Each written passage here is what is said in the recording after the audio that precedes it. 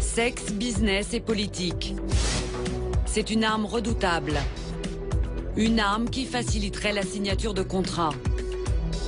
Il y avait du fric et des filles et des pots de vin et tout était permis.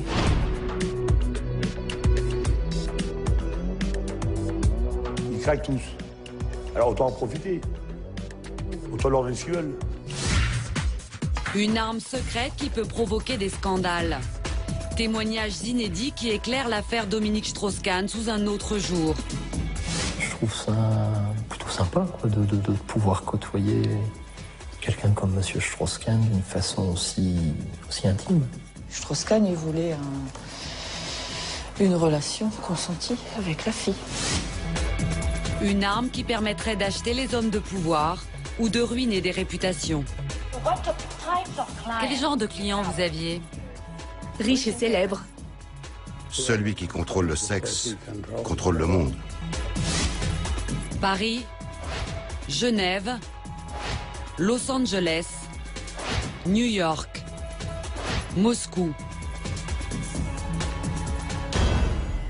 Enquête sur l'un des derniers tabous de notre société, l'utilisation du sexe au cœur des affaires et de la politique.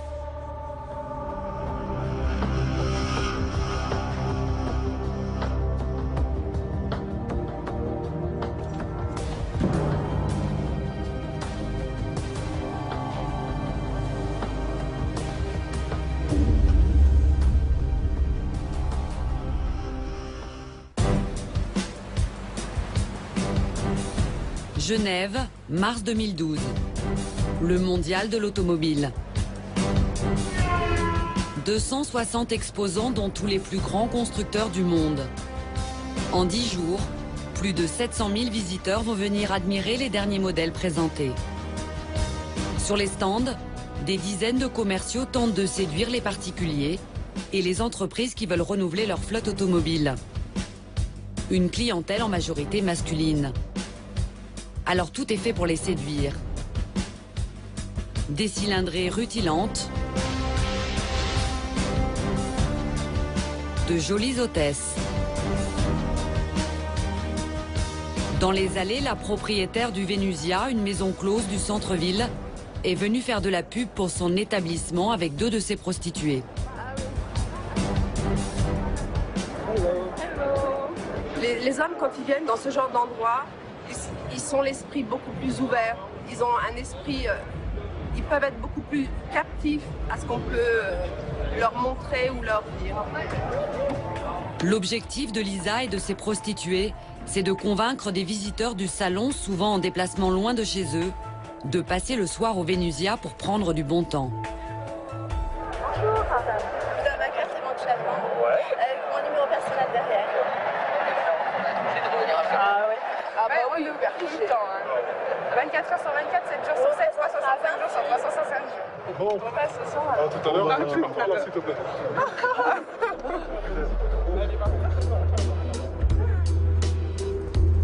De retour dans son établissement, Lisa, la patronne du Vénusia, nous fait maintenant visiter les lieux. En Suisse, la prostitution est autorisée, c'est une activité tout à fait légale. Une cinquantaine d'escort girls travaillent ici, 150 € minimum pour une passe. Pour les chefs d'entreprise, Lisa organise aussi ce qu'on appelle pudiquement des soirées récréatives. Donc il faut bien mettre vos ensembles, parce qu'autrement, nous avons des groupes d'hommes qui viennent. C'est le chef d'entreprise qui paie à ce moment-là pour ses différents clients. Ça nous paraît quelque chose maintenant de quasi banal. Pour ce genre de soirée coquine, un chef d'entreprise doit débourser en moyenne 10 000 € pour environ 3 heures de prestations sexuelles.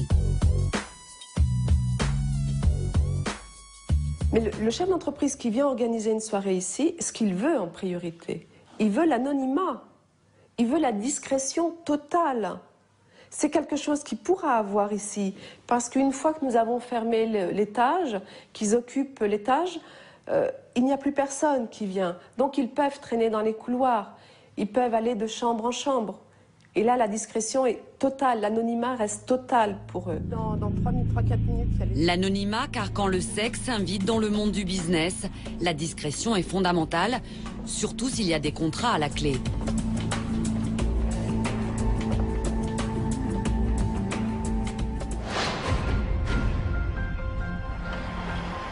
Saint-Cloud en banlieue parisienne. Le siège du groupe Dassault Aviation, l'une des plus grosses entreprises françaises. Dassault, c'est notamment le constructeur du mythique Mirage, la star des avions de chasse des années 70. Près de 3000 exemplaires vendus en 40 ans. Arabie Saoudite, Qatar ou encore Argentine, plusieurs dizaines de pays se sont équipés en Mirage.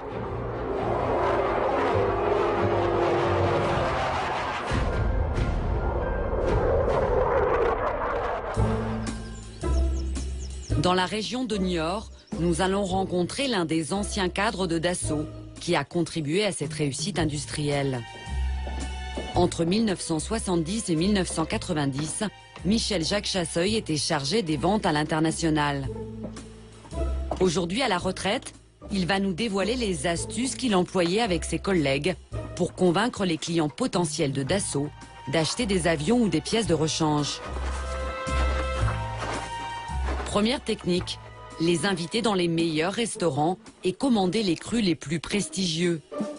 Au fil des repas d'affaires, il s'est passionné pour les grands crus. Aujourd'hui, il possède la plus belle cave au monde. Sa valeur estimée est de 50 millions d'euros.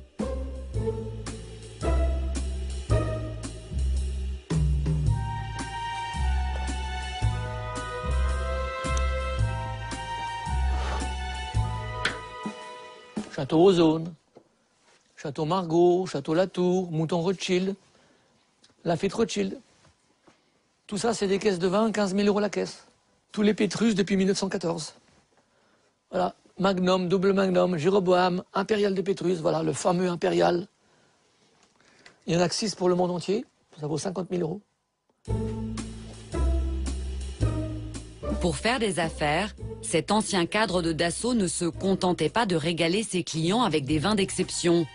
Il avait une arme plus intime.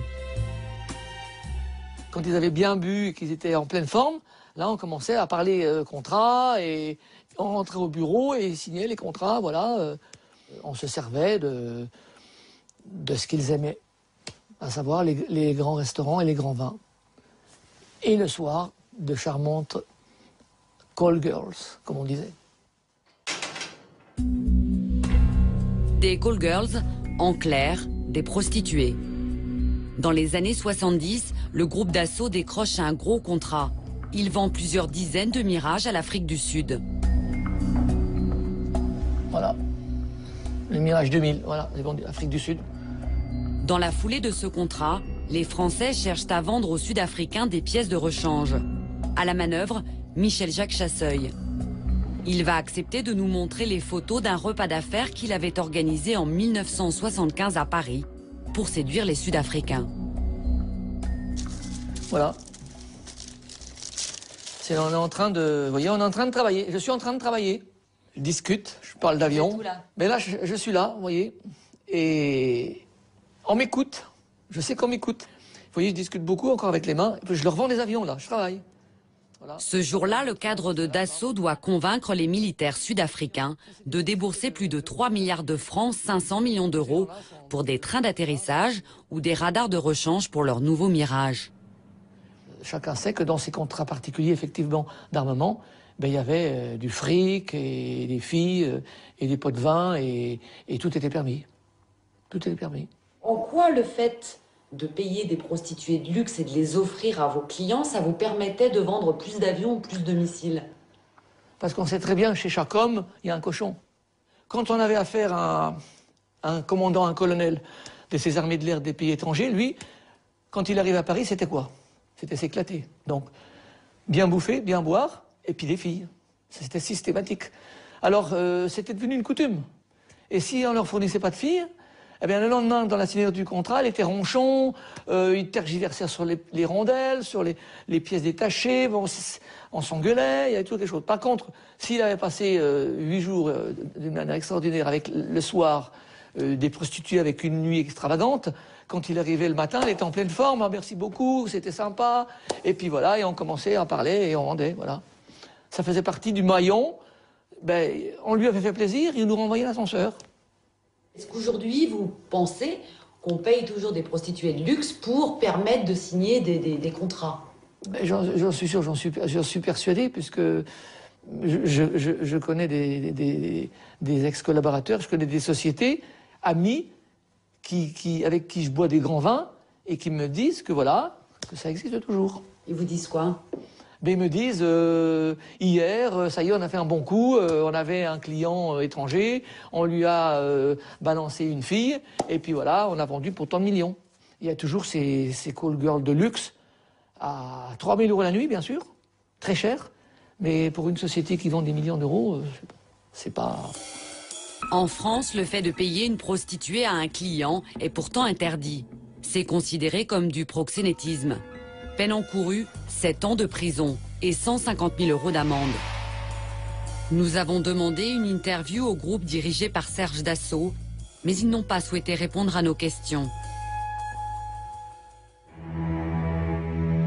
Les commerciaux et les négociateurs étrangers ne sont pas les seuls à qui l'on propose parfois des cadeaux en nature. Autre cible, les hommes politiques. Là-dessus, personne ne veut parler. Mais dans l'est de la France, nous avons rencontré un chef d'entreprise qui a accepté de briser l'omerta. Direction Longwy, aux portes de la Belgique et du Luxembourg. Nous avons rendez-vous dans cette société de vidéosurveillance avec son créateur.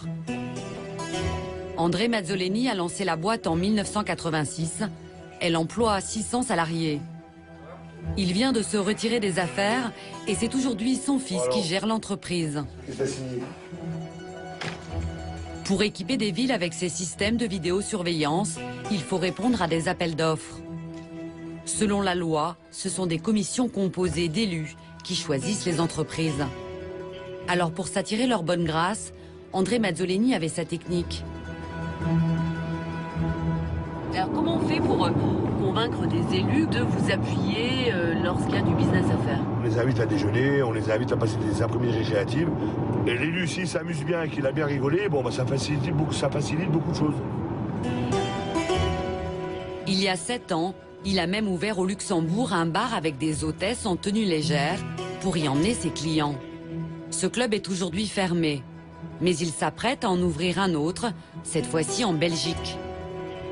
Nous partons à 25 km de Longwy, de l'autre côté de la frontière.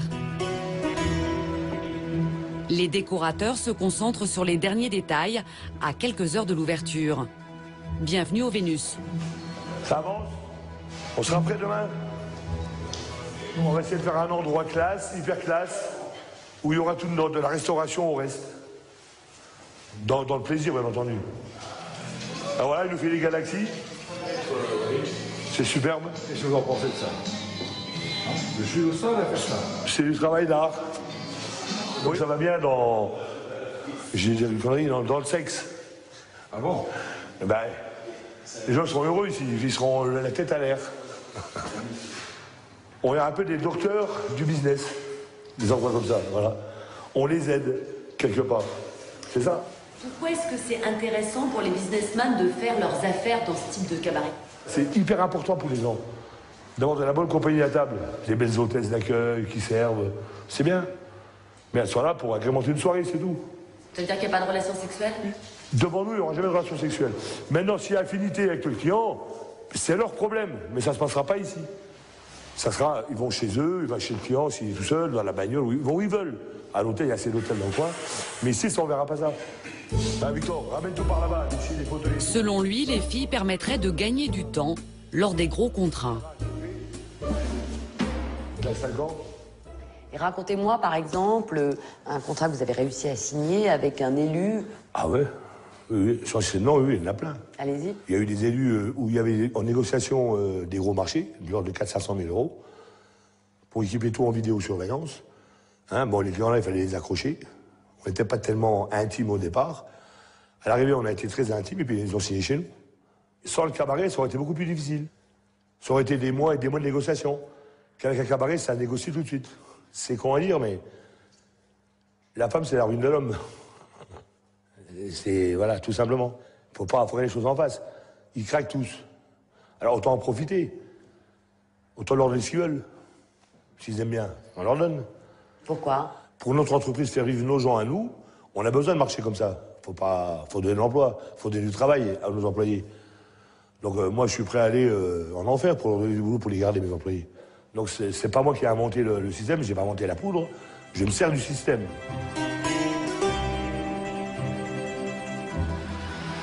Un mois après cette interview, nous retournons dans le cabaret d'André Mazzoleni. Il nous a laissé tourner en caméra discrète. Dans la salle, que des chefs d'entreprise, tous français. En quelques semaines, le bar d'André Mazzoleni est devenu une adresse incontournable dans la région pour les rendez-vous d'affaires. Champagne pour tout le monde. Ici, la bouteille est à 150 € au minimum. 3 hôtesses aux formes généreuses divertissent la clientèle. Elles sont payées pour pousser à la consommation. À une table, 2 chefs d'entreprise du BTP. Ensemble, ils préparent un projet immobilier et ils attendent leur banquier. Ils veulent décrocher un prêt d'1 million. Leur business plan pour convaincre le banquier tient en 2 mots, du sexe. Tu lui amènes 2-3 filles, il va me signer 1 million. Lui, pour lui, ça c'est de la broutille. Parce que c'est des milliards. Lui, il gère des milliards. Nous, on est des rigolos. Oui. On lui donne 3 filles, il nous donne 1 million. Ça, c'est con. Mais nous, ça nous fait 1 million. Et lui, il est content pendant 2 heures. Oui, mais pourquoi, si tu lui donnes des filles, il va te signer ton truc, ton prêt de 1 million? Il a l'argent. Qu'est-ce qui lui manque dans sa vie à lui?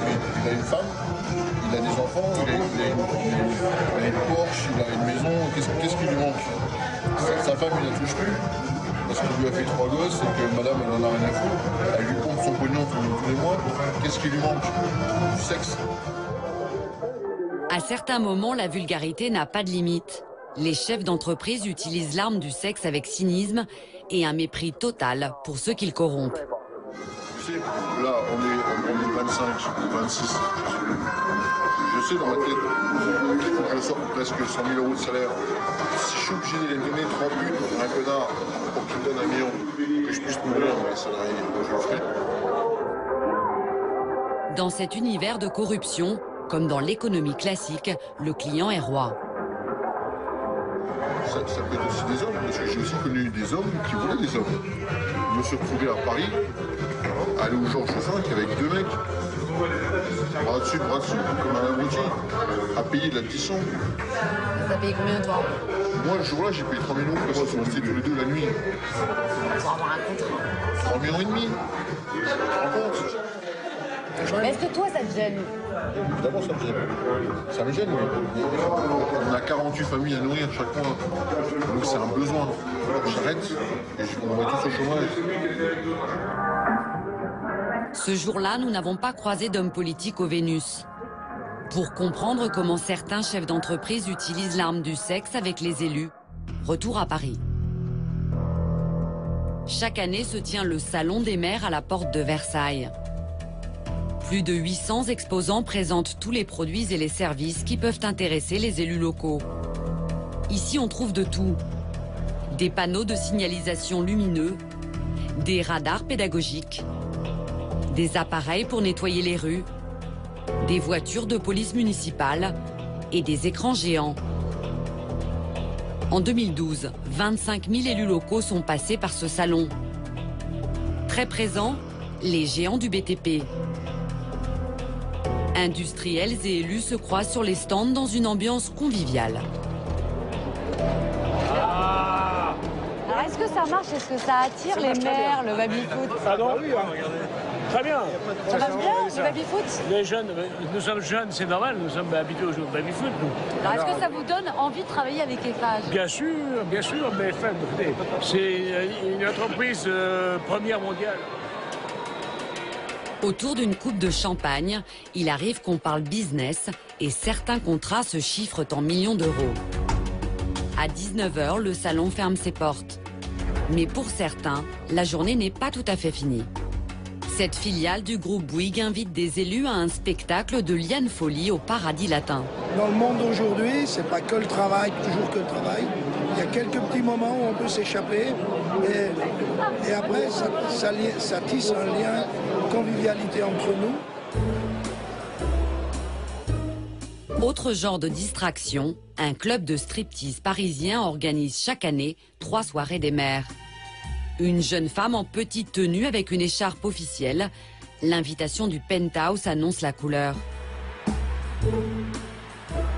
À 2 pas des Champs-Élysées, nous rentrons avec une caméra cachée.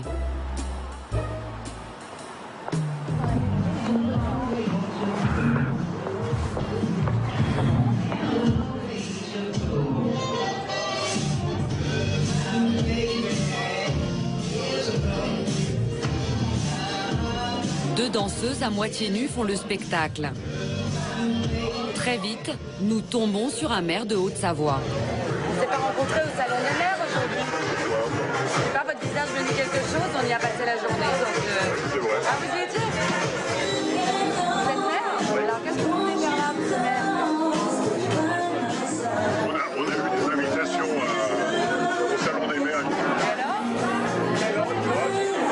Bien sûr, sympathique. Une quinzaine de filles sillonnent la salle pour proposer des danses privées. Moi, je viens d'arriver, je mets dans l'ambiance. On verra. Ça se passe comment, les danses? C'est des salons privés, c'est minimum 70 €. Sur un fauteuil, un élu du Sud-Ouest passe un bon moment avec une danseuse. Ce soir-là, nous avons croisé une dizaine de maires, tous invités par des entrepreneurs. Ce patron de PME vient de la région Rhône-Alpes. Moi, j'ai une entreprise de transport. J'ai mis des clients en danger et puis maintenant, je profite de l'essence. C'est bon, je paye. Il faut, hein? Pourquoi il faut? Normal, on a des clients, il faut les soigner. Avec lui, un maire adjoint d'une petite commune. Il lui choisit une fille pour une danse privée.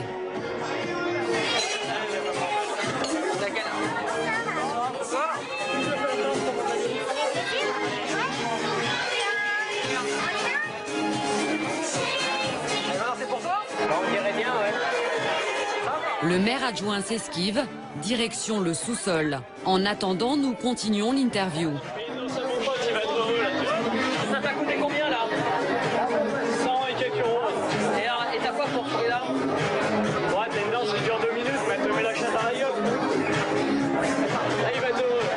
C'est celle qui était super bonne. L'année dernière, j'en avais amené un papy qui avait 80 ans, un élu. Je te jure, il est remonté avec la gonzesse, il en pouvait plus.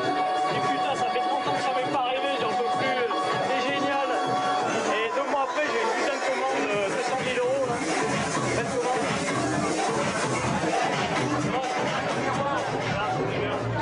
Le maire adjoint revient, un grand sourire aux lèvres. Pour le patron de PME, ce genre de soirée facilite les relations commerciales.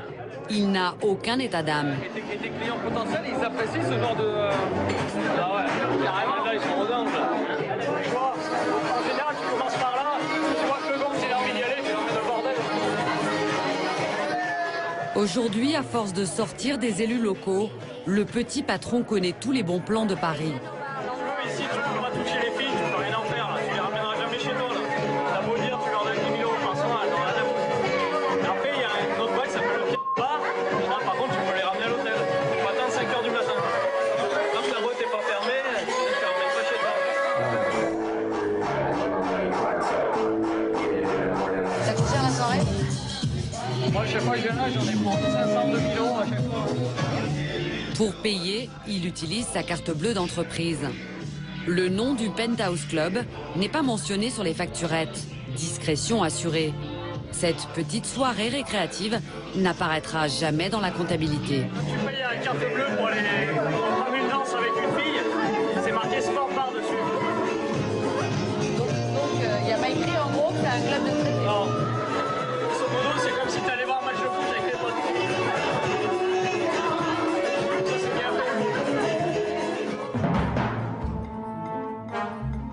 un autre cadre du BTP connaît toutes les ficelles pour entretenir de bonnes relations avec les élus locaux. Il s'appelle David Roquet. Pendant 20 ans, il a travaillé dans le BTP. Les politiques, il les fréquentait régulièrement pour les besoins de son métier.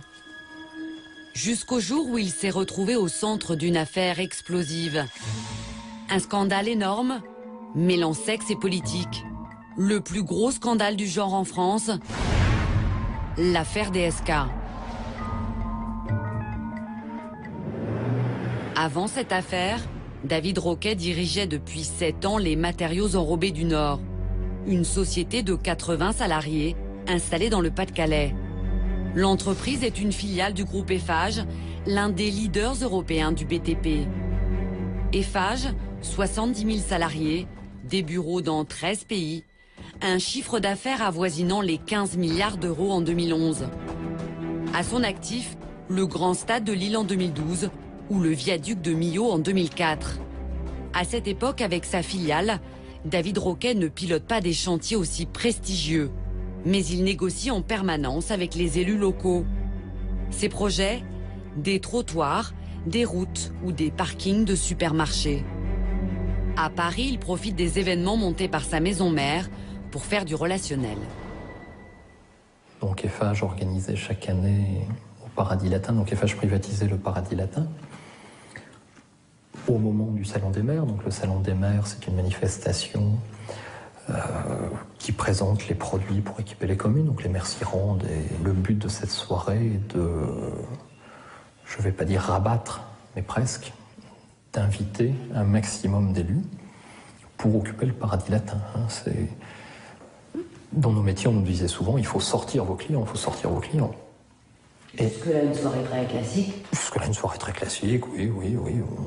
Ensuite, on allait faire un tour.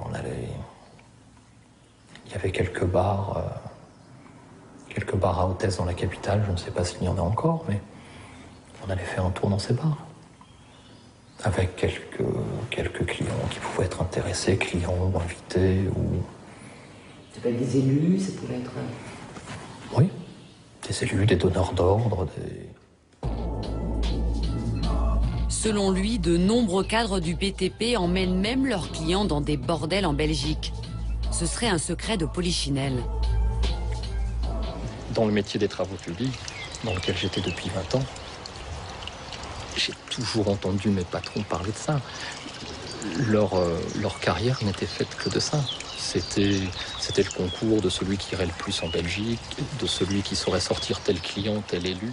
C'est-à-dire les sortir, vous entendez quoi par les sortir? Les sortir en Belgique, c'est aller dans les bars montants en Belgique. Voilà, c'est-à-dire, en gros, ça veut dire payer des prostituées à ses clients. Oui, clair, oui, voilà.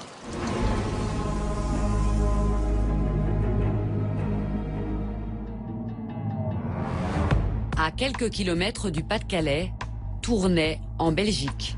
De ce côté de la frontière, les maisons closes sont tolérées. On les appelle des bars montants. L'un des plus gros propriétaires de la région est français. Il s'appelle Dominique Aldeverhelde. Surnom, Dodo la Saumure. Il possède le Low Cost et 3 autres établissements du même genre. Comment ça va, maman?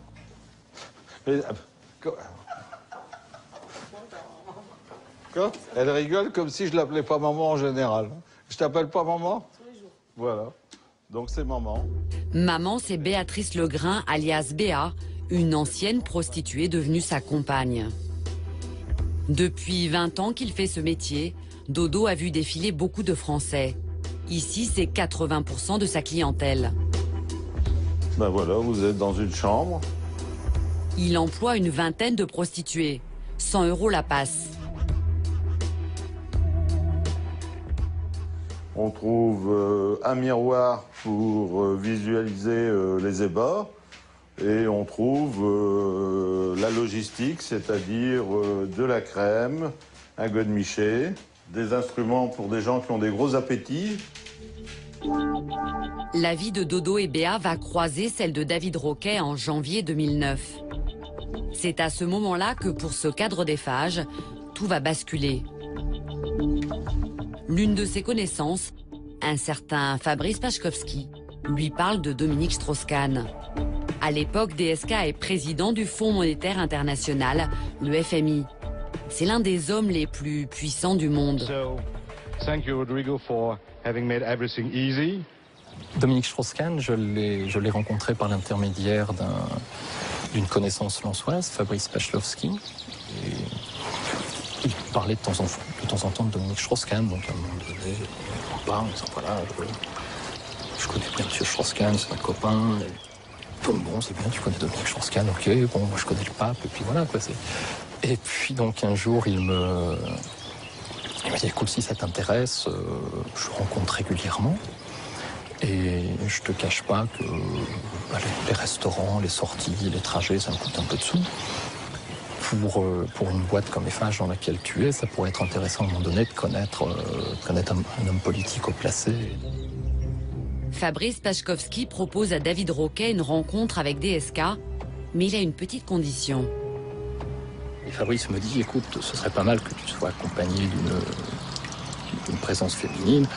Alors, je ne voyais pas comme ça de but en blanc qui je pouvais emmener. Et vous explique pourquoi Oui, en disant, bon, voilà, on a des rencontres, on fait un repas, on discute, c'est sympa. Et ensuite, bon, il y a une partie off qui est quelque chose d'un peu plus libertin. Alors, n'étant pas fondamentalement opposé, voilà. Début février 2009, David Roquet appelle Béa, la compagne de Dodo la Saumure, à Tournai.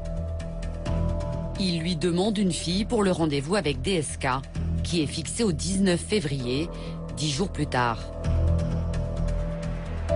Arrive la date fatidique. Le patron du FMI est de passage à Paris. Il prononce un discours au siège de l'OCDE devant des experts du monde entier. Le thème, les leçons de la crise pour la politique macroéconomique. The good news are that there was still forecasting a recovery at the beginning of 2010, providing that the right policy will be implemented.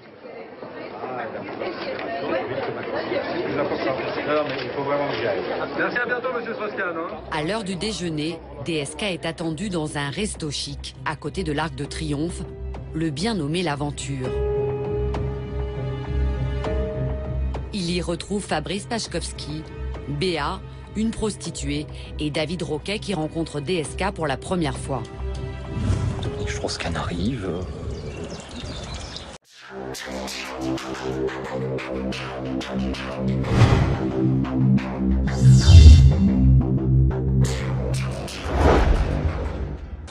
Prenons l'apéritif au bar, quelques coupes bien sympathiques avec un peu de jambon espagnol. Nous passons à table, on passe 2-3 heures à table, 2 heures peut-être, entre son arrivée et la fin du repas. Béa rencontre également DSK pour la première fois. C'était quel type de déjeuner? C'est-à-dire? Je sais pas, vous avez mangé, discuté, bu. Oui. Et après le déjeuner, vous avez fait quoi? Nous sommes tous descendus au sous-sol. Et c'était quoi au sous-sol? Il y a quoi? C'était un sous-sol aménagé avec un comptoir, un endroit très convivial, très sympathique. Donc là, vous avez fait quoi? Je parlais avec un peu tout le monde. Le sous-sol a été privatisé pour l'occasion. On prend quelques coupes, on rigole, un peu de musique, un moment sympathique. Et puis, je vais pas dire la partie fine commence, mais c'est naturellement les choses s'enchaînent comme il était prévu qu'elles le soient. Dominique Strauss-Kahn? Il a eu un rapport tarifé consenti avec la fille. Oui, où? Un petit peu plus loin. Hors de votre vision, il y avait une chambre, il y avait quelque chose? Non, c'était des fauteuils. Et personne ne le regardait particulièrement? Non, vous savez, c'était pas malsain du tout. Mais vous saviez qu'ils avaient un rapport sexuel, donc c'est. Mais c'était prévu. Scène surréaliste. En plein Paris, dans un sous-sol de restaurant, un cadre du BTP participe à une partouze avec le patron du FMI, qu'il ne connaissait pas 3 heures plus tôt. Dominique Strauss-Kahn a des relations sexuelles avec qui? Donc avec l'escorte qui accompagnait Béa, Alors Béa participait un peu, allait, venait, sans avoir vraiment de vrai rapport, mais enfin, elle participait. Moi j'en ai eu aussi. Avec qui? Avec l'escorte qui accompagnait M. Strauss-Kahn. Voilà tout. Mais à un moment, selon Béa, DSK dérape. Pour elle, même dans les parties fines, il y a des règles du jeu. Le respect, c'est sacré dans son métier. Moi, je vais aux toilettes, il est là devant la porte et il me dit c'est toi que je veux. Moi, je m'y attendais pas, je dis non. Et puis je dis c'est pas prévu et puis je remonte tout de suite. Ça a duré 5 secondes. Vous n'étiez pas intéressé? Pas comme ça. Non. Non, pas comme ça, c'est-à-dire? Mais s'il m'avait dit discrètement je préfère avoir affaire à vous plutôt qu'à la fille, j'aurais peut-être eu un rapport consenti et tarifé. Mais la manière dont il s'y est pris, ça m'a vachement étonnée. Hein. Venant de sa part, ça m'a... Mais pourquoi? Parce qu'il était peu courtois, il était quoi? Déjà, un client normal, s'il me fait ça, je le repousse. Alors lui, je m'attendais à autre chose, quoi. Bah oui, c'est évident. Hein. Béa et l'escorte qui les a payés. C'est moi qui les ai rémunérés, oui. Vous savez combien vous avez donné, vous vous rappelez? J'ai dû donner 600 €, 500-600 €. Avec le repas et le vin, la séance récréative à l'aventure a coûté environ 3 500 €. Pour David Roquet, le jeu en valait la chandelle. Donc là, à ce moment-là, quand même avoir vécu ce moment d'intimité avec Dominique Strauss-Kahn, vous vous dites quoi? Je me dis que c'est quand même une sacrée chance pour l'entreprise, si tant est que le contact puisse se maintenir. Et qu'il fallait qu'il se maintienne. Pour l'entreprise, à un moment donné, c'était une chance inouïe. Toute ma vie, j'ai vu mes patrons côtoyer des hommes politiques, ou essayer de les côtoyer, organiser des manifestations spécifiques pour rencontrer un conseiller général. Un ministre, je ne vous en parle pas, c'était quasi inabordable, un ministre. C'est très peu de collaborateurs ou de patrons d'Eiffage arrivaient, ne serait-ce qu'à prendre un café avec un ministre une fois dans leur vie. Et si tant est qu'ils aient pris un café une fois avec un ministre, dans une réunion où il y avait 2000 personnes, c'était l'événement de leur vie. Il fallait, dans ce métier-là, être en relation avec les hommes politiques, pas pour les corrompre, pas pour miner les affaires, mais pour être connu, pour pouvoir travailler simplement. Entre 2009 et 2011, David Roquet va organiser une dizaine de parties fines pour Dominique Strauss-Kahn, dont 3 à Washington, où vit le patron du FMI. Au total, l'ancien cadre d'Eiffage a dépensé environ 50 000 € pour ses déplacements et les sorties récréatives. Il payait avec sa carte bleue professionnelle.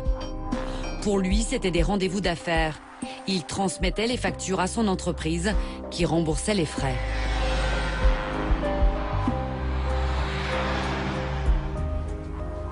Derrière vos notes de frais, vous mettiez quoi pour justifier ces notes de frais? Je vais manger avec M. Strauss-Kahn, je mettais M. Strauss-Kahn sur la note, oui. Donc mon patron les validait, le responsable administratif et comptable les validait. Bon. Alors maintenant, ils vont vous dire qu'ils avaient des montagnes de frais tous les mois, qu'ils ne vérifiaient pas tout, qu'ils faisaient un sondage de temps en temps. Bon, certes, mais enfin bon, je leur ai jamais rien caché. Mai 2011, nous sommes à 1 an de la présidentielle en France. DSK est le favori des sondages, rien ne semble pouvoir l'empêcher d'accéder à l'Élysée. David Roquet se frotte les mains. On se disait que forcément, cette relation ne pouvait pas s'arrêter là. M. Strauss-Kahn aurait accédé aux plus hautes fonctions. Et naturellement, le lien se serait maintenu. Une fois, il nous a dit c'est sympa, je ne vous oublierai pas. Enfin, voilà, Donc je pense que, très raisonnablement, d'une façon quasi certaine, si après son élection, à la rentrée, je lui avais demandé de me rendre un service en organisant un repas avec les dirigeants d'Eiffage et lui, il l'aurait fait naturellement. Mais le 15 mai 2011, coup de théâtre à l'autre bout du monde. Il est 13h, voici les titres de l'actualité. À la une ce dimanche, l'affaire Dominique Strauss-Kahn, le directeur général du FMI, a été formellement inculpé cette nuit à New York d'agression sexuelle et de tentative de viol. Nous allons revenir sur cette affaire. Quels sont les faits pour le moment? Je l'apprends par un collègue qui m'envoie un texto. Qu'est-ce qu'il vous écrit? Il me marque, tu vas aller au trou. Tu vas aller au trou? Tu vas aller au trou, toi aussi. Tu vas aller au trou, toi aussi. Alors déjà, je voyais pas pourquoi je pouvais aller au trou. Et moi aussi. Donc je lui réponds, je sais plus, quelques points d'interrogation, qui est au trou. Donc je mets la radio et je reste assis la moitié de la journée à essayer de comprendre ce qui a pu se passer. L'affaire Nafissatou Diallo commence à New York. À Lille, David Roquet ne le sait pas encore, mais la police va remonter jusqu'à lui suite à des écoutes. 5 mois plus tard, il est arrêté. C'est le deuxième scandale DSK que les journalistes baptiseront l'affaire du Carlton de Lille. David Roquet est mis en examen pour proxénétisme aggravé en bande organisée, escroquerie et abus de confiance suite aux parties fines organisées pour le patron du FMI. Il est incarcéré. En novembre, la direction d'Eiffage le lâche.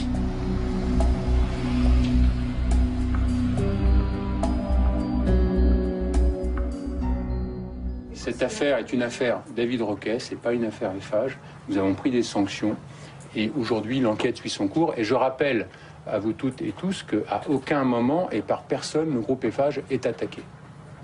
Nous nous sommes portés partie civile et nous avons donc proposé aux policiers qui enquêtent de leur ouvrir nos portes, et en particulier la porte de notre comptabilité. David Roquet est licencié. Pour sa défense, il assure que son supérieur hiérarchique était au courant. Ce supérieur s'appelait Jean-Luc Vergin, directeur régional nord du groupe Eiffage. Entendu par la police début 2012, il a affirmé qu'à l'époque de DSK, il n'avait pas le temps de contrôler les frais de David Roquet. Nous avons pu consulter son PV d'audition.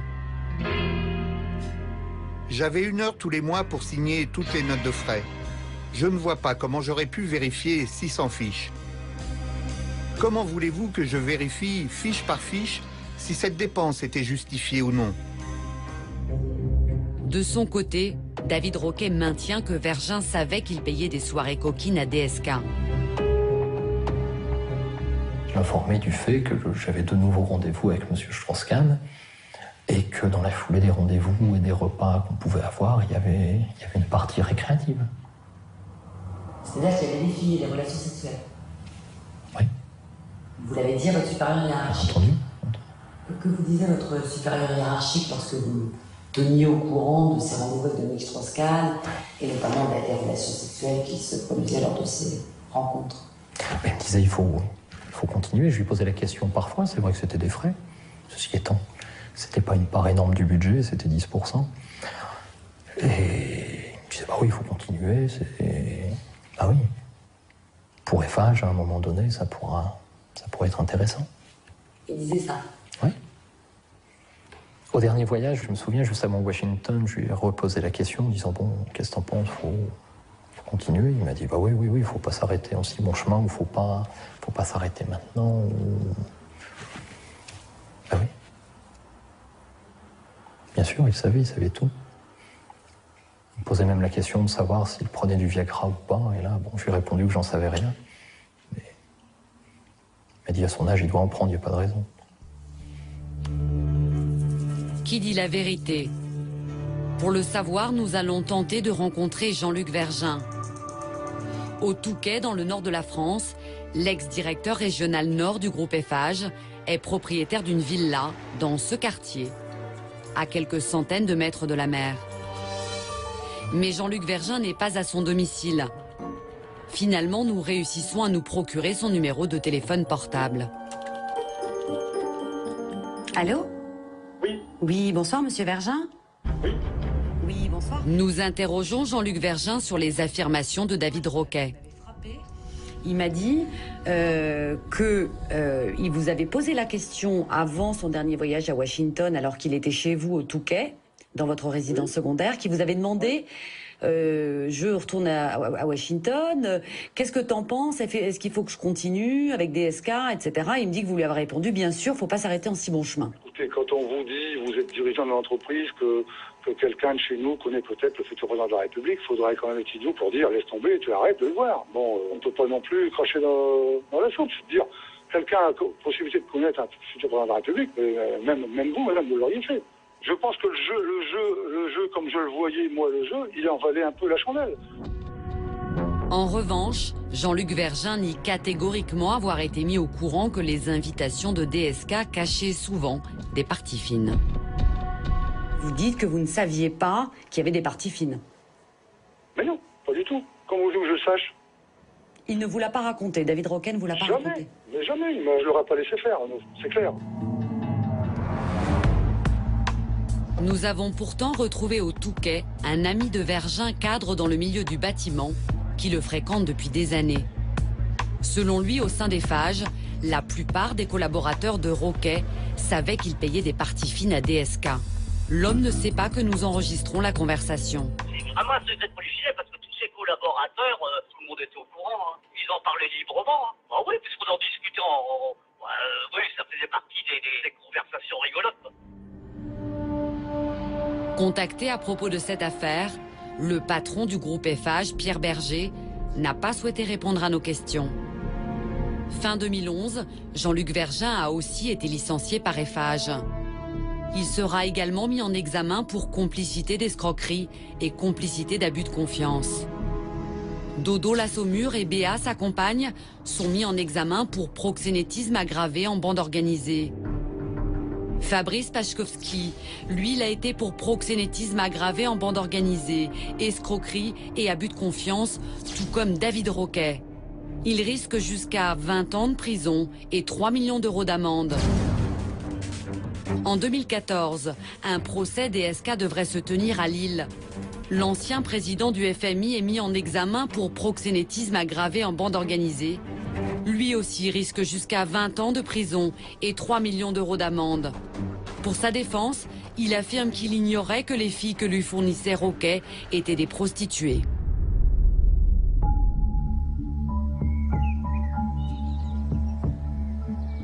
Aujourd'hui, David Roquet a tout perdu. Son emploi et sa réputation. Son espoir, que la justice reconnaisse un jour qu'il agissait avec l'accord de son entreprise. Sa femme et ses 2 enfants le soutiennent. À la fin de notre tournage, il nous emmène à son ancien bureau.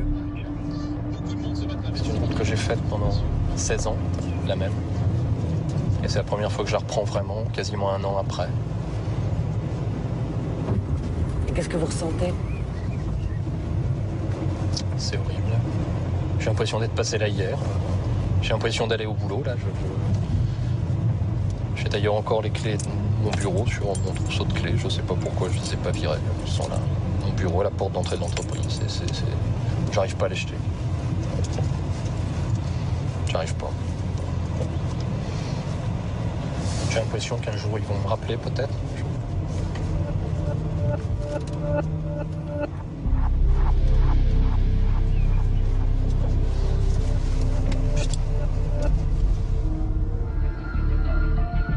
Le sexe est une arme dangereuse. Ceux qui l'utilisent risquent gros quand la vérité éclate au grand jour. Ces pratiques existent dans la plupart des secteurs de l'économie. Pour le constater, direction les États-Unis. À New York, le quartier de Wall Street, le cœur de la finance mondiale. Avec le secteur des banques, c'est plus de 300 000 personnes qui travaillent ici, en grande majorité des hommes.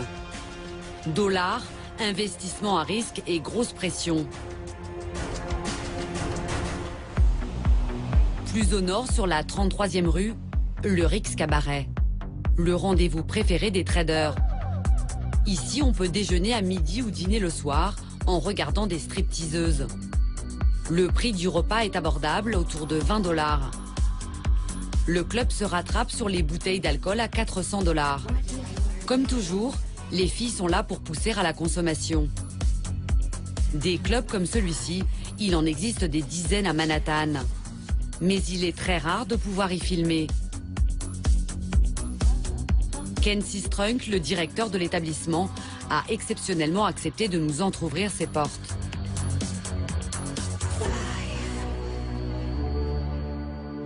Beaucoup de clients viennent avec leurs collègues pour évacuer le stress après une longue journée de travail.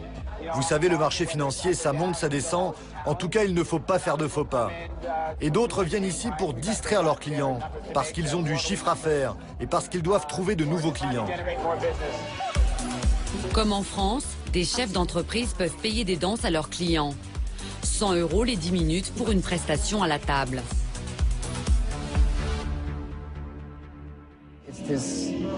Ce monde est régi par des codes masculins, vous savez. Je suis un homme, vous êtes un homme, j'aime les belles femmes, vous aimez les belles femmes.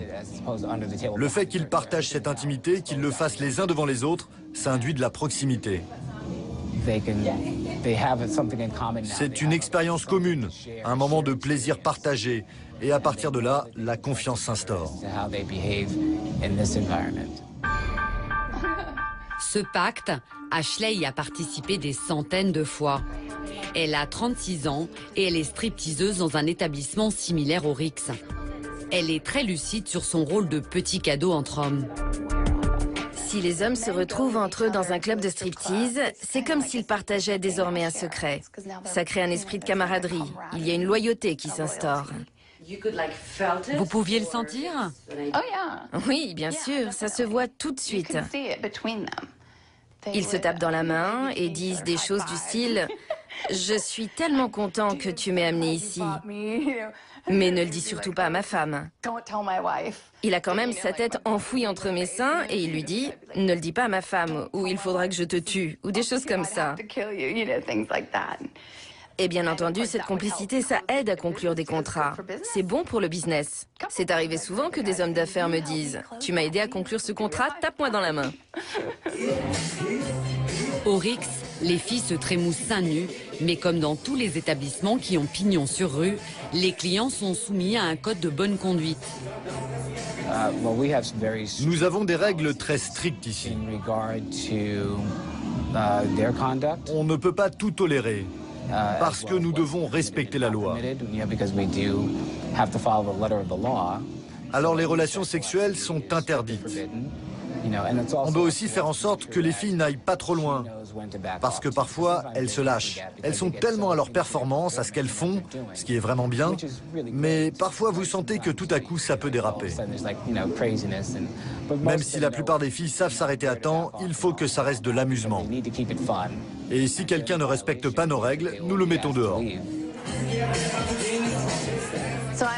Je peux sauter sur les genoux d'un homme et lui dire quelque chose comme « Hey, est-ce que je peux mettre mes seins tout contre ton visage pour 20 $? Ou quelque chose de stupide comme « Est-ce que je peux m'asseoir sur tes genoux pour 20 $? Et ils savent que je suis une coquine, ou en tout cas que je suis dans ce rôle de coquine. Une fois que la connexion est établie, le mec reste toute la soirée avec moi à dépenser tout son argent. Dans les établissements comme le Rix, pas question de passer à l'acte. Alors les clients qui veulent aller plus loin ont recours à de véritables réseaux de prostitution. À quelques kilomètres de Manhattan, dans le New Jersey, nous rencontrons Ulber Waldrou. Au début des années 2000, il était proxénète à New York. Il faisait travailler des dizaines de filles, rien que du haut de gamme. Ses clients, à 80% des traders et des financiers.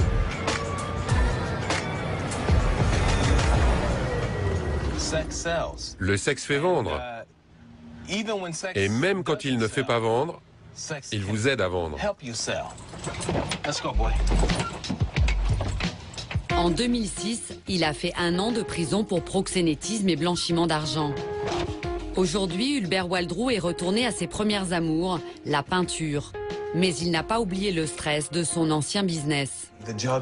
Je devais jongler, envoyer une fille ici, appeler et m'assurer qu'elle est bien arrivée au lieu de rendez-vous. Et puis tu as un autre téléphone qui sonne et ce client il veut 2 filles et non pas une. Il fallait gérer les rendez-vous, toute l'organisation. Les filles engagées pour finaliser une affaire, c'était la routine. On avait même une expression pour ça, la tierce personne. C'est lorsque la personne qui prend le rendez-vous n'est pas celle qui va au rendez-vous. Pour dissimuler son activité totalement illégale, Hubert Waldrou avait trouvé un subterfuge. Et les hommes d'affaires payés par carte de crédit avec leur carte de crédit professionnelle? Exact, avec leur carte de crédit professionnelle. Ça s'appelle la facturation discrète. Si tu veux monter une agence d'escort girls aux États-Unis, il faut créer une entreprise bidon, parce que les sociétés de cartes de crédit ne font pas de business avec les réseaux de prostitution. Pour contourner le problème, tu vas pas l'appeler la société de prostitution de New York, par exemple. Tu vas monter une boîte du genre, le Resto Grill de New York.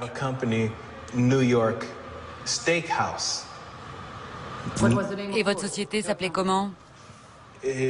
C'était une sorte de Resto Grill. Un faux Resto Grill, mais un business juteux. Vous avez gagné beaucoup d'argent? J'ai gagné beaucoup d'argent et j'en ai aussi dépensé beaucoup. Plus tu gagnes de l'argent, plus tu en dépenses. Avec mon associé, on se faisait 4 ou 5 millions de dollars. 4-5 millions par an? Oui, par an. 4 millions de dollars par an, 100 000 euros par mois. Un joli pactole. Mais après la prison, Hubert Waldrou dit ne plus vouloir en croquer. Direction Los Angeles, en Californie. Hollywood, la capitale du cinéma et de l'industrie du divertissement en général. Musique, télé, jeux vidéo. Tous les jours se signent ici des centaines de contrats, parfois mirobolants. Alors évidemment, le sexe comme arme de séduction massive, c'est une pratique tentante. Et pas seulement pour convaincre des cadres ou des banquiers. Dans certains cas, il s'agit de séduire des stars, des vedettes internationales qui permettront à un projet de voir le jour. Une femme a vécu ce genre de situation des dizaines de fois.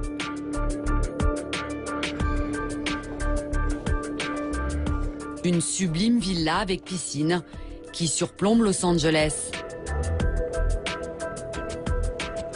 Sharon a 38 ans. Elle a toujours rêvé de devenir actrice, mais sa carrière n'a jamais décollé. Alors depuis 10 ans, elle joue les cadeaux sexuels dans le showbiz. Sa façon à elle de réussir à Hollywood. Vous avez déjà été témoin de signature de contrats de films à Hollywood avec des producteurs de renom? Je travaillais pour un des plus gros producteurs d'Hollywood. Il m'avait pris sous son aile. Avec lui, c'était toujours des soirées cigares et cognac, de grandes tablées avec les acteurs d'Hollywood à la mode, les plus grands acteurs, et puis nous, quelques filles. Notre rôle, c'était de divertir tout le monde, mais personne ne devait savoir qu'on était payé. Qu'est-ce que vous aviez à faire? C'est le producteur qui appelle et qui dit « Viens dîner ce soir, emmène une autre fille avec toi et je vous donnerai au moins 500 $ chacune. Tel acteur sera là, je dois signer un contrat avec lui. Je suis sur un gros film que je produis.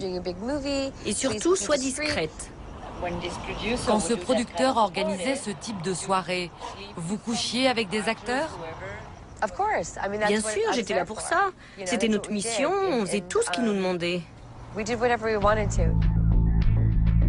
Un énorme scandale a révélé l'ampleur du phénomène en 1999. Tout a commencé avec l'arrestation d'une certaine Jody Gibson, surnom Baby Doll. Elle est arrêtée parce qu'elle est soupçonnée de diriger un vaste réseau de prostitution à Hollywood. Dans son fichier client, tout le gratin du cinéma. Elle en révélera quelques noms dans un livre intitulé « Les secrets d'une super maquerelle d'Hollywood ».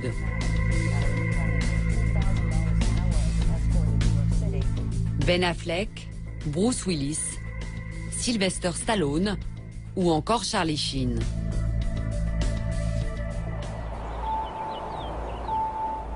Elle a accepté de nous recevoir dans sa villa de Palm Springs, à 2 heures de route de Los Angeles, pour nous raconter son histoire. Elle nous accueille au bord de sa piscine et de son jacuzzi.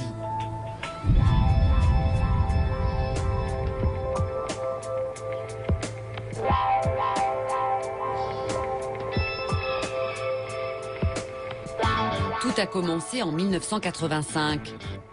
À l'époque, elle s'installe à Hollywood dans l'espoir de devenir chanteuse. La prostitution, elle l'a découverte un peu par hasard. Quand je suis arrivée à Los Angeles, je voulais faire carrière dans le monde de la musique. Très vite, je n'ai pas eu d'autre choix que d'ouvrir une agence de mannequins. Je vais vous raconter. Un jour, j'ai croisé une des filles que j'avais mise en relation avec quelqu'un.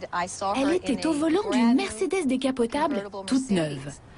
Je lui ai demandé, « Mais elle est à qui cette voiture ?» Et elle me répond, « Mais c'est le type que tu m'as présenté l'autre jour qui me l'a offerte. » Là, j'ai eu un déclic. Je ne savais pas si j'allais y arriver. Et puis finalement, j'ai réussi à faire des profits et même à créer un véritable empire financier. Pendant toutes ces années, vous aviez combien de clients?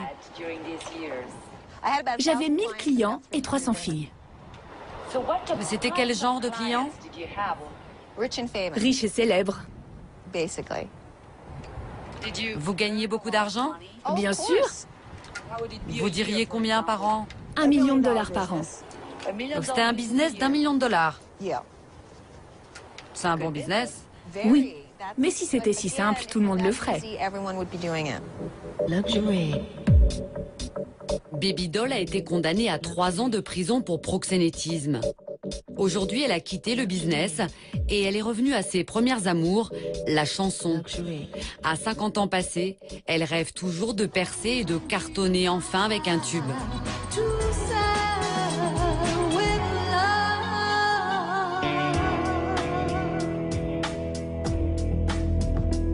Dans un pays puritain comme les États-Unis, pas facile d'assumer que le sexe pourrait être une arme économique comme une autre. Pourtant, un homme accepte d'en parler sans pudeur. Ce n'est pas n'importe qui. Il s'appelle Larry Flynt et c'est l'un des rois du porno mondial. Aux États-Unis, c'est une véritable icône. Sa vie a même été portée à l'écran au milieu des années 90. Patron mythique du magazine Hustler, il est à la tête d'un véritable empire du sexe.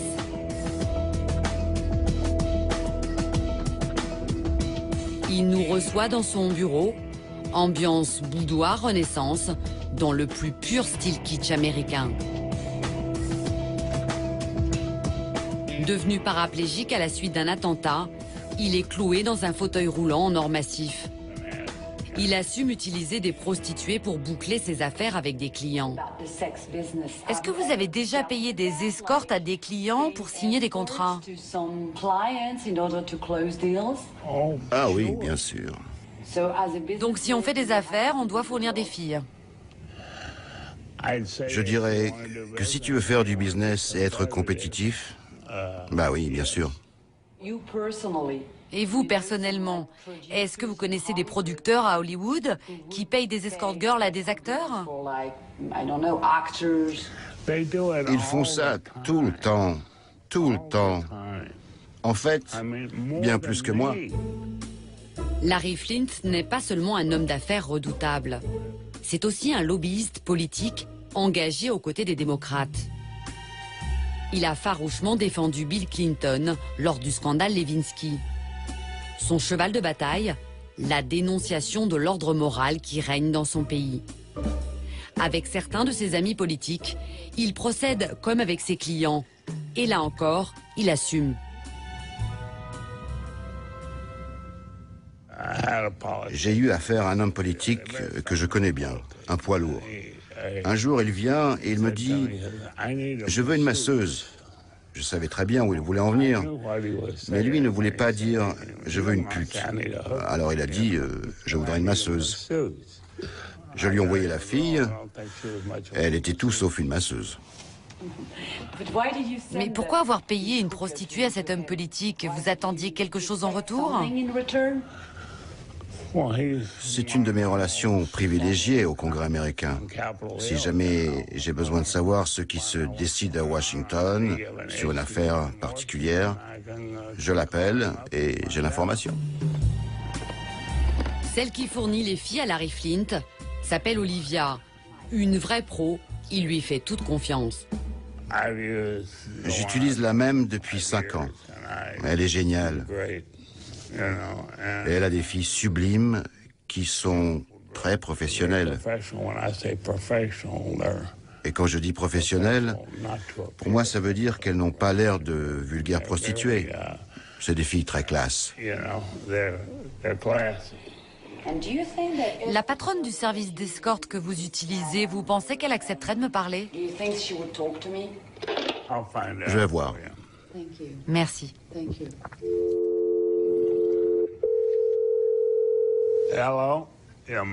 Dis donc, Mike, tu sais le service d'escorte qu'on utilise? Est-ce que tu peux me rendre un petit service et les appeler?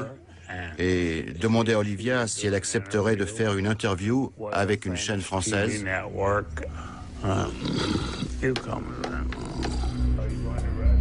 Contre toute attente, Olivia accepte de nous recevoir, mais anonymement, car son business est totalement illégal.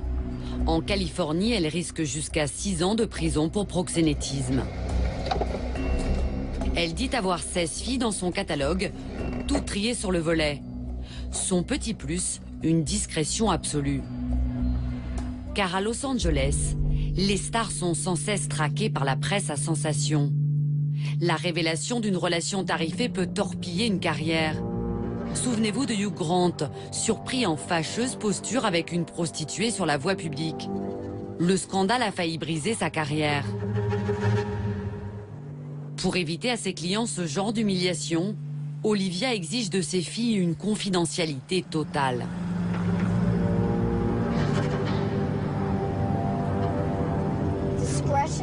La discrétion, c'est la clé dans mon milieu, et particulièrement ici dans cette ville. Des filles comme des prostituées de rue seraient fières. Ça serait un bond en avant dans leur carrière si elles pouvaient être photographiées ou associées à quelqu'un de très célèbre, de très riche.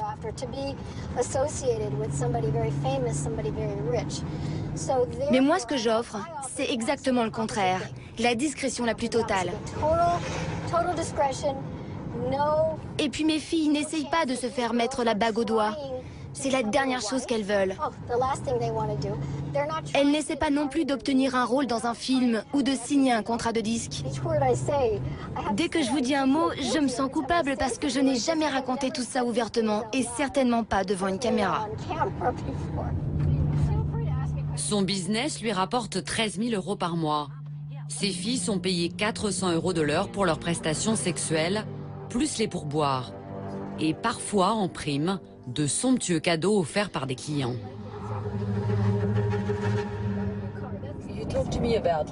Vous m'avez parlé de cadeaux que vous offrent vos clients. C'est quel genre de cadeaux? Ça peut être des bijoux, ça peut être une voiture. Ma voiture personnelle, je ne devrais pas vous le dire, mais oui, c'est un cadeau. Ces cadeaux, les bijoux, les voitures, ça peut coûter combien? Mes filles et moi serions personnellement insultés si on nous offrait une voiture qui ne serait pas luxueuse. Une BMW, ça va. Mais c'est plus des voitures de luxe italiennes, ou des Mercedes, ou des modèles du genre. On ne veut pas de Toyota et certainement pas une Cadillac non plus.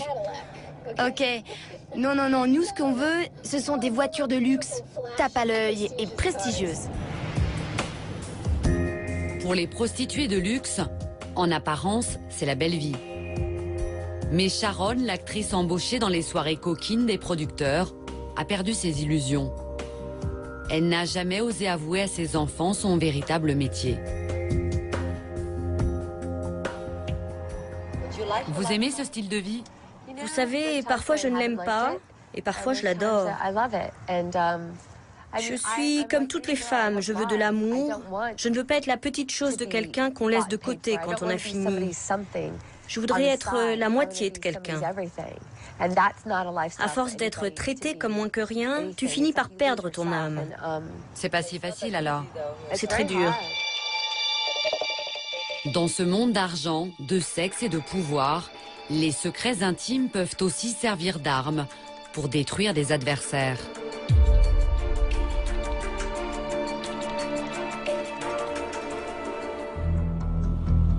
Direction Moscou, la capitale de la Russie.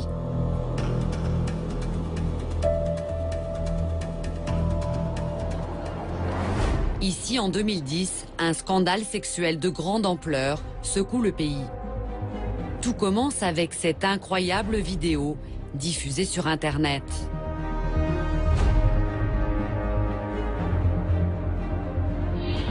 Canal 911 présente quelques jours de la vie de ceux qui se sont fait prendre la main dans le sac. Qu'est-ce qu'il y a à la télé ce soir? Un montage qui alterne extraits d'émissions comiques, authentiques parties de jambes en l'air et rails de coke. Ces hommes ont été filmés à leur insu, en caméra cachée. Les 4 victimes de ce montage vidéo ont un point commun. Ce sont tous des figures de l'opposition à Vladimir Poutine, l'homme fort de la Russie. En bas à droite, c'est Viktor Chenderovitch, le patron d'une émission satirique similaire au Guignol. En haut à gauche, c'est Alexandre Belov, l'ultranationaliste très critique du régime. Lui, c'est un écrivain célèbre et un fervent opposant, Édouard Limonov. Et le dernier, c'est Michael Fishman, le rédacteur en chef d'un hebdomadaire indépendant. En l'espace de 2 ans, ces opposants se sont tous retrouvés dans le lit d'une même jeune femme. Sur la vidéo, son visage est masqué. Mais après sa diffusion, son nom a été révélé et des photographies d'elle ont fait leur apparition sur Internet. Elle a 23 ans et s'appelle Katia Gerasimova. Apprentie mannequin, elle adore exposer sa plastique parfaite.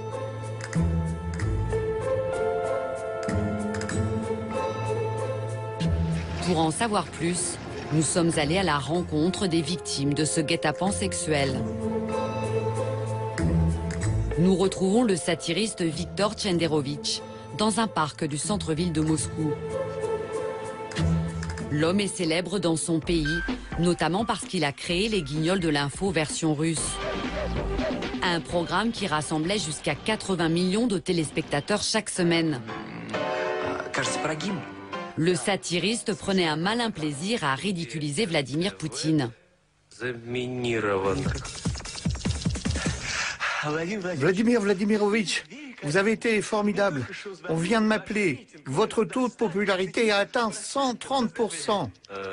Mais comment est-ce possible? 100% de la population fait confiance à Vladimir Vladimirovitch. 30% d'entre eux lui font confiance doublement. Mais lorsque ces ébats sexuels avec Katia ont été rendus publics sur Internet, le sens de l'humour du patron des Guignols en a pris un sacré coup. Lorsque cette vidéo est sortie sur Internet, qui était un peu, vous étiez, on va dire, dans une position un petit peu compromettante, quelle a été votre première réaction? Qu'est-ce que vous avez pensé? Bien sûr, je me suis senti humilié. J'étais foudrage, comme l'aurait été n'importe qui. Cette Katia Gerasimova, comment elle vous a approché? Elle s'est présentée en disant qu'elle était journaliste. Elle m'a interviewé et un peu plus tard, elle m'a proposé elle-même qu'on se revoie.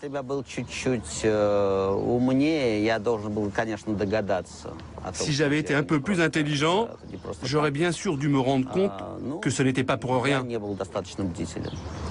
Mais je n'ai pas été assez vigilant.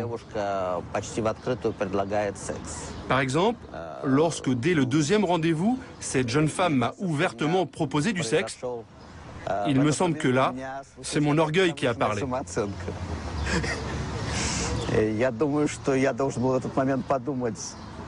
J'aurais dû me dire que je n'étais pas censé susciter un tel intérêt sexuel chez elle.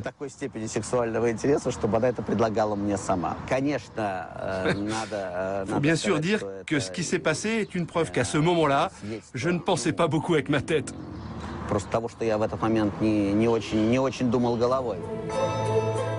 Katia a également tenté d'attirer dans son lit le chef d'un bureau indépendant de lutte contre la corruption. Lui aussi est critique envers le régime Poutine. Très rapidement, l'homme a vu clair dans le jeu de la jolie brune et il n'est pas tombé dans son piège. Racontez-moi cette femme qui vient, comment ça se passe exactement? Je reçois un appel, on m'informe qu'un journal souhaite envoyer une correspondante. Une jeune femme vient donc m'interviewer. Moi j'aime plutôt ça. Elle est venue avec son carnet, mais bon, elle n'arrivait même pas à prononcer le mot corruption correctement. Je me suis vite rendu compte que ce sujet n'était pas vraiment sa tasse de thé.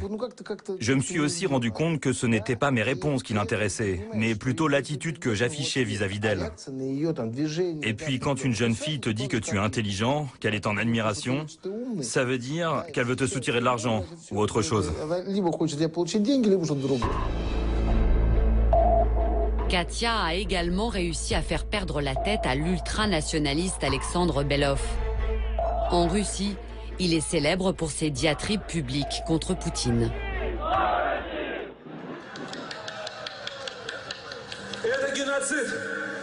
И тот, кто сидит в Кремле, это враг. Путин! Путин! Путин! Путин! Где он должен находиться? Чувствуете ли вы нашу силу? Cet homme politique de premier plan, marié et père de famille, s'était fait le champion de la défense de l'ordre moral et de la famille. La diffusion de la vidéo de ces ébats a écorné cette image. Dans son bureau, un portrait de lui version prince russe du XIIIe siècle. C'est quoi ce tableau? C'est Alexandre Belov le combattant, Alexandre Belov le sauveur de la Russie?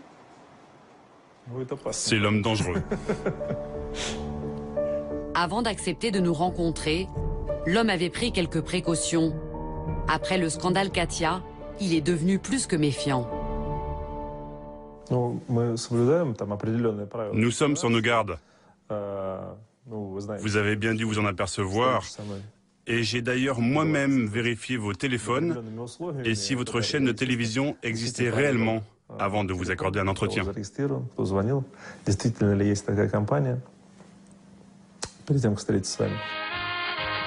Même si ce conservateur a toujours été vigilant, Katia avait des arguments pour le convaincre de s'écarter du droit chemin.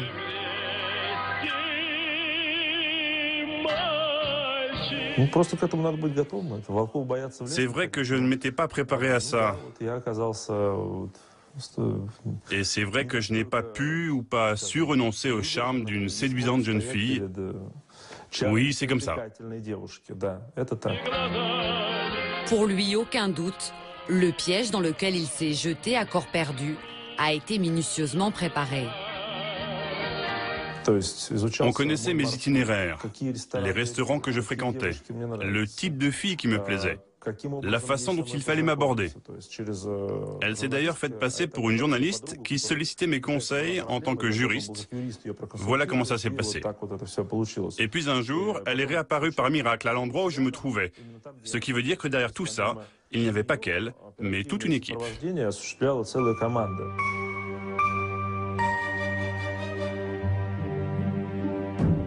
Katia travaillait-elle seule? Était-elle en service commandé?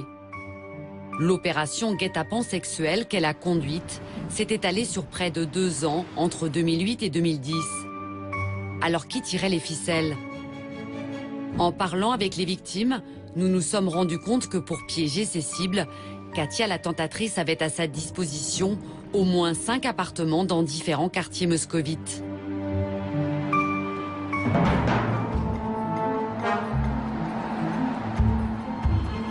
Comme dans le très chic centre de Moscou. C'est dans ce bâtiment que le leader d'extrême droite retrouvait la jeune femme pour des après-midi coquines. Ou encore à quelques kilomètres, dans cet immeuble moderne. Le satiriste se déplaçait jusqu'ici pour ses désormais célèbres parties de jambes en l'air. 5 appartements loués pendant 2 ans par une jeune femme sans gros revenus, ça ne colle pas. Pour les 4 hommes piégés, une opération d'une telle envergure n'a pu être menée qu'avec le soutien d'une organisation structurée.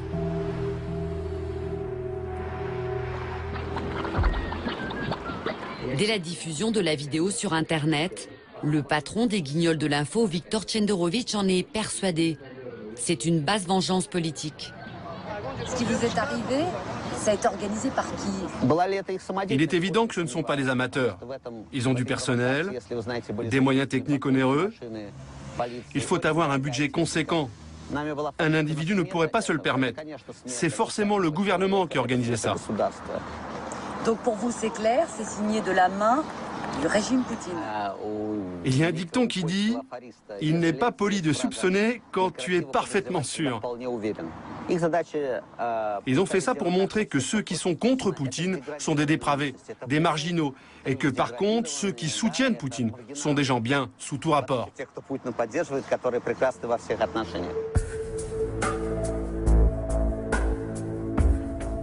Même sentiment chez Kirill Kabanov. Avant de diriger le bureau indépendant de lutte contre la corruption, il était colonel des services secrets russes, le FSB.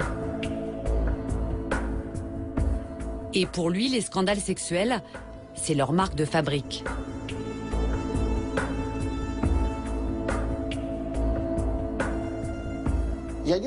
J'ai tout de suite dit que c'était impossible que ce genre de piège soit organisé sans la participation des services secrets. C'est impossible. Tout simplement parce que ce sont les méthodes qu'ils utilisent. C'est très simple, ce sont des vieilles techniques qui ont été inventées il y a peut-être 300 ans. On s'attaque à votre réputation ou à votre bonheur familial, on utilise vos faiblesses. Cela permet de salir votre réputation. On vous montre en train d'avoir des relations sexuelles avec une femme qui n'est pas la vôtre. Eh bien, après un épisode comme celui-là, comment pouvez-vous vous permettre de faire la morale à qui que ce soit ? C'est ça le principe. C'est un piège standard. Tous les services secrets y ont recours.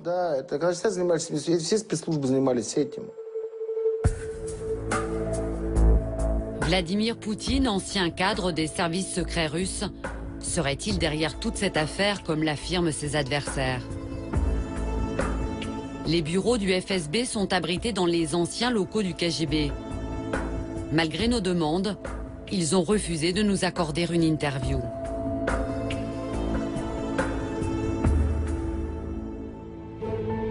Quant à Katia Gerasimova, elle aurait quitté la Russie. Nous avons retrouvé son compte Facebook, créé sous une autre identité. Sur de nombreuses photos, on la voit à Barcelone, où d'après nos informations, elle se serait installée après le scandale provoqué par la vidéo de ses ébats sexuels.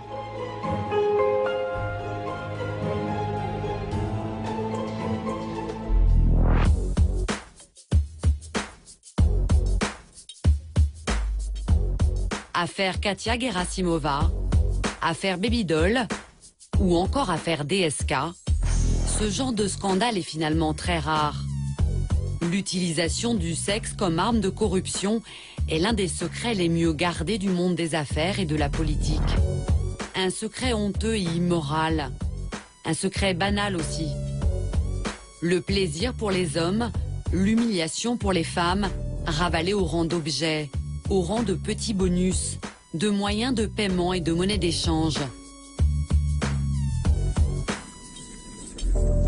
La face la plus sombre et malsaine d'un capitalisme décomplexé.